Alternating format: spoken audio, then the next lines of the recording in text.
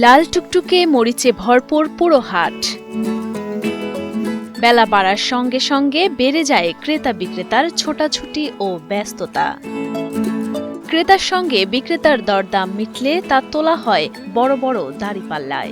সেখান থেকে বস্তা বোঝাই হয়ে তা ওঠে ট্রাক ও ভটভটির উপর, যা চলে যায় দেশের বিভিন্ন প্রান্তে। এটি গাইবান্ধার ফুলছড়ি শুকনো মরিচের হাটের চিত্র। ফুলছড়ি উপজেলার গজেরিয়া ইউনিয়নে অবস্থিত পুরাতন উপজেলা হেডকোয়ার্টার্স মাঠে 2004 সাল থেকে বসে এই মরিচের হাট। এ উপজেলায় মরিচ চাষ বেশি হওয়ায় জেলার একমাত্র মরিচের হাট বসে এখানে। সব জায়গার ব্যাপারী এই জায়গা থেকে মরিচ নিয়ে যান। সবচেয়ে ভালো মরিচ এটা হলো দেশি মরিচ। এখানকার মরিচটা গুণগত মান ভালো এবং সবকিছু নিয়ে যাতায়াতের ব্যবস্থা ভালো আছে। অন্য হাটের তুলনার থেকে এখানে মরিচ খুব ভালো মরিচ পাওয়া যায়। এ অঞ্চলে ফুলছড়ি হাট মরিচের বাজার হিসেবে বেশ প্রসিদ্ধ। গাইবান্ধার তিস্তা, ব্রহ্মপুত্র ও যমুনা নদী বেষ্টিত 165 চরের জমিতে মরিচগুলো পাকার পর রোদে শুকিয়ে দেশের অন্যতম বৃহত্তম মরিচের হাট ফুলছড়ি হাটে তোলেন চাষিরা। এটা হলো আমাদের দেশি মরিচ, যেটা আমরা রোপণ করি আশ্বিন কাতি মাসে। এটা আমার কারণে ফাল্গুন চৈত্র মাসে ওড়া শুরু হয়। এটা আমরা পাকায়া তুলি, শুকাই। তবে ফলন ভালো হলেও অন্য বারের তুলনায় ভালো দাম না পেয়ে হতাশায় ভুগছেন চাষিরা। এবার মরিচের ফলন মোটামুটি ভালোই হয়েছে, খরচ বেশি হয়েছে, কিন্তু মরিচের পয়সা পাইলাম না। আগে বেচছি 20,000, 15,000, 19,000, এবার এই বছর বেচতেছি 9,000, 9,500, 10,000।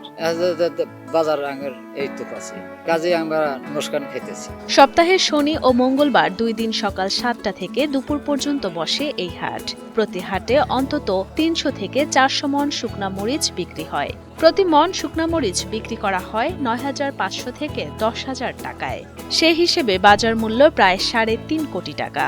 তবে রোদ বৃষ্টির হাত থেকে বিক্রেতাদের মালামাল রক্ষায় এ হাটে শেড স্থাপনের দাবি জানান ইজারাদাররা। এখানে স্থায়ী জায়গা না থাকার কারণে হাট লাগানোর জন্য একটু সমস্যার সৃষ্টি হয়। এই জন্য কর্তৃপক্ষের কাছে আমার দৃষ্টি আকর্ষণ করছি, তারা যাতে এই হাটটি নির্দিষ্ট একটি জায়গার উপরে এই মরিচ হাটটি যাতে লাগান যায় সেই ব্যবস্থা করবে। গাইবান্ধা জেলায় এবার মরিচের চাষ হয়েছে 1925 হেক্টর জমিতে, যার 60 থেকে 65 ভাগই চরাঞ্চলের বালুময় জমিতে।